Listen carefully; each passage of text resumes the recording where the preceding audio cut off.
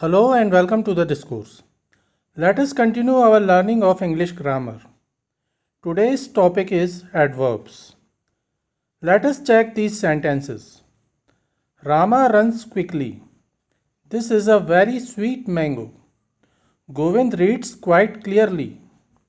In these sentences, the words quickly, very, and quite are used to express how or in what manner or how much or how far the main activity is going on. A word that modifies or improves the meaning of a verb, an adjective, or another adverb is called an adverb. It adds to the verb. Thus, the words quickly, very, quite, all these are adverbs. The definition of adverbs is an adverb is a word which modifies the meaning of a verb, an adjective, or another adverb. Let us check some more examples. She was sitting close beside him. At what hour is the sun right above us? Have you read all through this book? She was dressed all in pink. He paid his debt down to the last penny.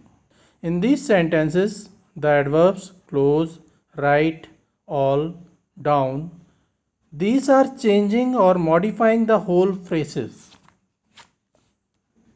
Sometimes we use adverbs right at the beginning of the sentence and it modifies the whole meaning of the sentence. As for example, probably he is mistaken.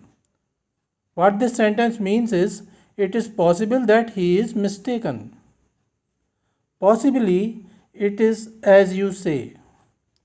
Certainly you are wrong.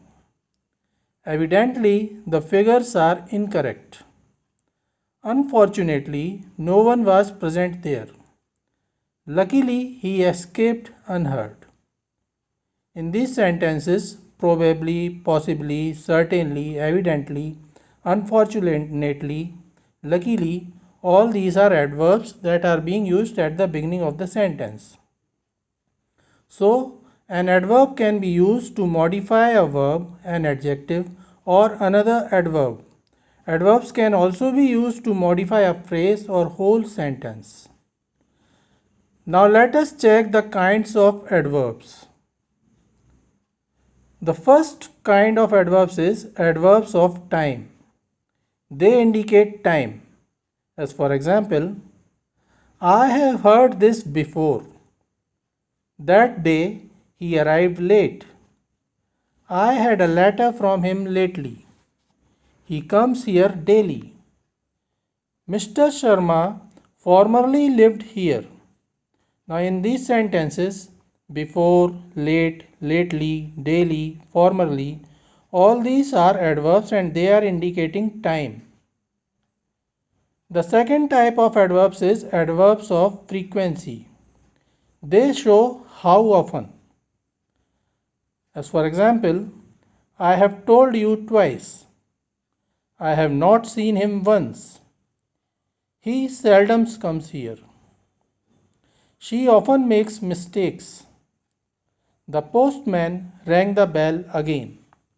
Now in these sentences, twice, once, seldom, often, and again. These are showing the frequency of an action. The third type of adverbs is adverbs of place. They show where. As for example, stand here, go there. The little lamb followed Mary. He looked up, walked backward. Now all these words there, followed, here, up and backward, all these are indicating place. The fourth type is adverb of manner. These show how or in what manner an action is going on. As for example, Govind reads clearly. This story is well written. Slowly and sadly we laid him down. You should not do so. The boy works hard. In these sentences, well, slowly and sadly, so and hard. These are showing how an action is going on or how an action should go. Adverbs of degree or quality is the fifth kind. They show how much or in what degree or to what extent. Examples are: he was too careless. I am fully prepared. You are partly right. He is not as tall as Rama. She sings pretty well.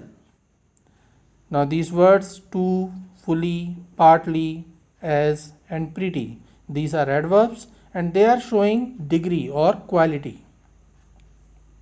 The next kind of adverbs is adverbs of affirmation and negation. They either affirm a statement or negate it. Surely you are mistaken. He certainly went. I do not know him. Now these words surely, certainly and not, these are either affirming or negating the sentence.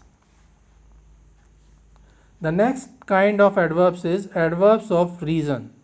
They show reason or answers why. He is hence unable to defend his case. He therefore left school.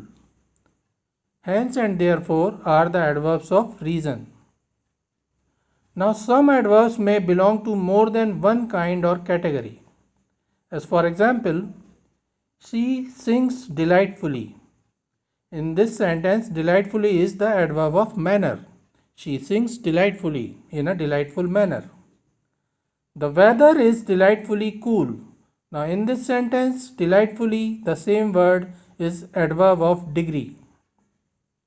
Again, don't go far. In this sentence, far is adverb of place. It is indicating a place. In the next sentence, he is far better now. In this sentence, the same word far is adverb of degree. We also use yes and no as adverbs. And when we use yes and no as adverbs, they are equivalents of sentences. Examples are: have you completed your homework? Yes. Are you going to Japan? No. Now let us check interrogative adverbs.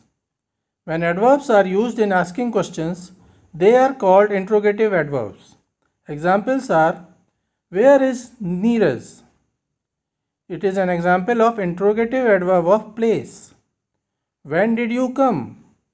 Example of interrogative adverb of time. Why are you late? Interrogative adverb of reason.